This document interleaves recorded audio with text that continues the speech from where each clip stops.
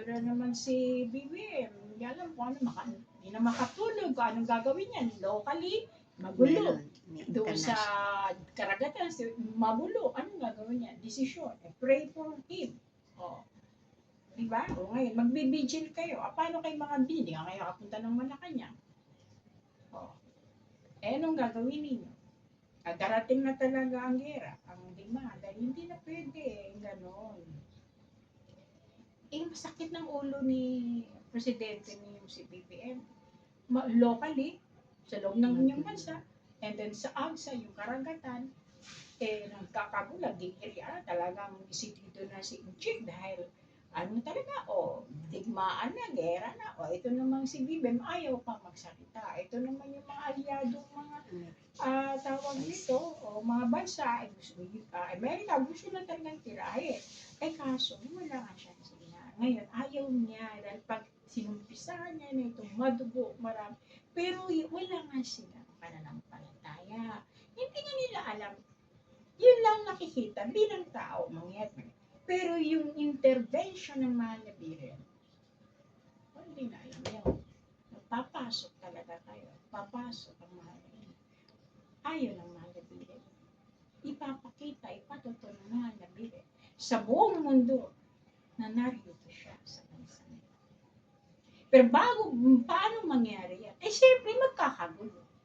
Yung West Philippine Sea, kayo magdidigmaan. Papayag bang mahal na ina na yan na magdigmaan hindi lang naman yung baril sa baril? Hindi. Puro hindi. Na-prophesy na yan. Na itinadha-tinakda na yan ng langit. Ngayon, sana itong mga apo na sana nagkakaisa, wala. Kanya-kanyang pataasan, bilig sa sir, kung sino totoo sila, paramihan ng yabot. Kalukuhan niya. Kung hindi ka susuporta sa kanila, hindi kanila, ngayon, ang Immaculate Heart of Mary, may suporta ba kayo sa magkabilaan, sa apostolic na peke, at o sa sacrifice body na talaga? Kumbaga nagbabago na yan. Nagbabago na, dahil sa hirap ng bansa ninyo, sa hirap ng tao, sige, ito ang presyo namin. So, ang Eucharistia, binabayaran na ngayon. Hindi yan ibinibigay ng pusa ng tao. Nag-iiba. Lahat ng galaw nyo sa simbahan, may presyo. Diba? So, yun ang makatotohanan na yan. Saan kayo pupulutin? Yan ba ay natutuwa ang Diyos sa langit? Yan ba ay hindi pinapahintulutan ng Diyos? Sabi ng Diyos, bahala kayo. Ang mahal na bire na magpapatotoo. Ngayon, yung mga kaparian na yan na gumagawa at gumagalaw ng ganyan, kaawa-awa sila pananagutan niya. Simba kayo, pilit niyo nila dito. Hindi na yung kalooban ng Diyos sa inyong simbahan. Lumihis na ang mga kaparian. At yun ang nasa Romano at Vatican, medyo mahina na ang Papa Francisco na kaya gumagalaw ng mga modern priests. Ang mga Marian priests, tahimik lang. Dasal. Pero merong ipapadala ang mahal na Biblia, magkakaroon ng malaking tawag nito, patotoo, nasa lang. Yan ay nakadiploid na kami. Inaantay lang namin kung anong signal ni Biblia. Ito pa, local. Magkakaroon. Ngayon kayo. Kayo mga Imarian, warrior, nandiyan kayo, alerto kayo. Sino wala namang mahal warrior, nasaan na siya? Sino yun? Si Apo? Apo, member po. Nandun na sa loob ng simbahan. May foundation po. Ito naman si Chesa, hindi mo rin maasahan. Pero nandun siya. Kayong dalawa. Ngayon, kahit dalawa kayo, hindi na maalaga. Importante, nandiyan kayo dahil putong ng mga arkangeles. Kami, hindi mahalaga kung ilang kayo. Dahil darating ang araw, talagang dadami at kayo ay tawag nito ay makikilala sa buong mundo. Dahil Marian warrior kayo ay taga Immaculate Heart of Mary, lahat ng inyong panalangin direct sa Immaculate Heart at naririnig ng mga labirin, lahat ng iyan ibubukas ng Diyos sa buong sangkatauhan. Yan ang ikatlong gera, pandaigdigang Third World War na sinasabi na prophesize ng mahal na Biblia.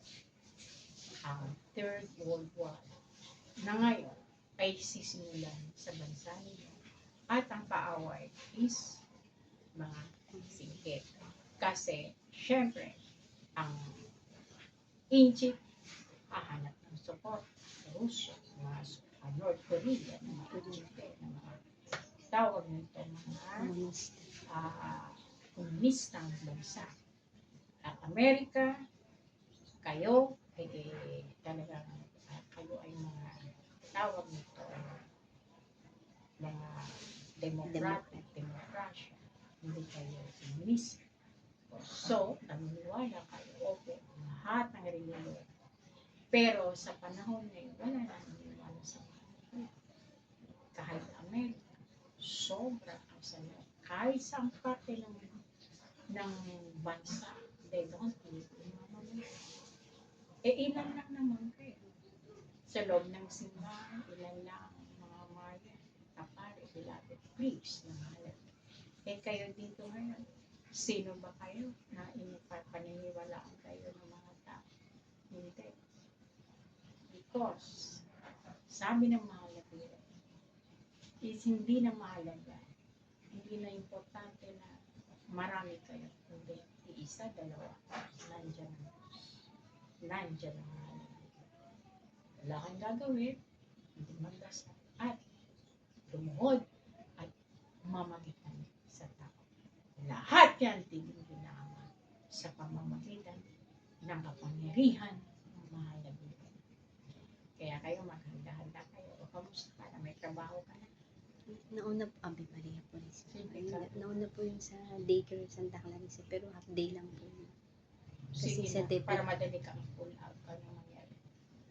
Ngayon, doon sa iyong trabaho sa school, public school, mga kalahating taon, matatapos itong digmaan na ito. Kaya, mahuhuli na yan, sige, isang araw pa. Doon, gutom na mga kasamahan. Awa-awa. Wala yung people pa. Babaksak nila si Biblia. Anong kanilang ilalaman kay Biblia? Sumisinghot? Kalokohan. Ngayon, si BBM ang tanging presidente na chosen by God sa ayon sa gusto niya. Kaya inagis ko si Inday Sara sa tabi niya, Vice President. Dahil ako ang mismo nakakilala kay Sara. Nagis ko pa, ngayon nakita ang totoo. Na nagme-meeting silang mga Duterte clan at gusto nila si Inday para power kapangyarihan. O di nila pwedeng na yun. Sanay sila sa kapangyarihan. O ngayon, si BBM, ano yung kanyang salapi? Sinasabi niya, ano yung kanyang tuligsa na salapi ni BBM? Nandiyan lang salapi sa nasa kanya. Di ba naghahanda siya kung ano itong magiging mangyari sa gera, sa digmaan. Nakasuporta lahat ang mga Amerika, ang mga ibang bansa. Pero nakatambay yung pera niya. Kaya marami ang naniniwala na si BBM, Presidente ninyo, Bongbong Marcos, kayang mag-produce ng isang digmaan. Pero digmaan yan, hindi kailanman mangyayari dahil hindi yan ang kalooban ng mga Diyos. Mangyayari yan kasi magpapatotoo, maghahayag ang mahal na Biblia. 10 na mga arkanghels, mga pulito mula sa langit, bubuksan namin. Walang giyak dahil matatakot ang buong mundo. Sino ang meron vision.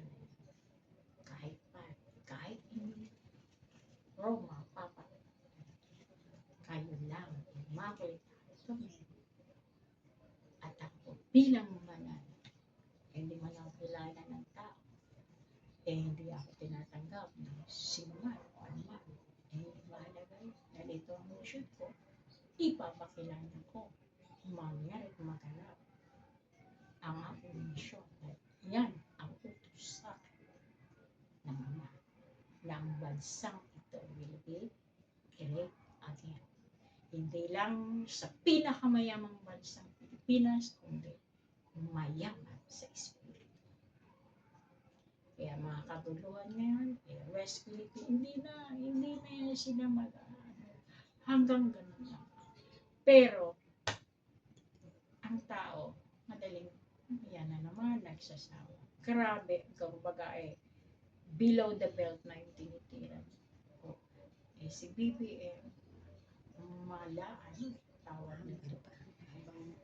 Ang toleration niya. Kasi ang kanyang katwiran, wala pa naman ang mamatay. Hindi tama yun. Binubuli ka na yung mga barko binabangga na. Sinasimot na lahat. Pinapakita na sila yung nahanda na, gusto na pagdigmaan ng chick. Pero ikaw, ayaw mo pa. Anong gusto mo? Ngayon, antayin natin yung desisyon. Nandyan tayo. Nasa loob, nasa gabay tayo. Ngayon, kung anong sasabihin niya, kung anong kasi palala na yan. Itong nangyari ngayon sa karagatan ng Scarborough, talagang sabi na Arcangles, talagang desidido namin chick, naghirahan. Once and for all.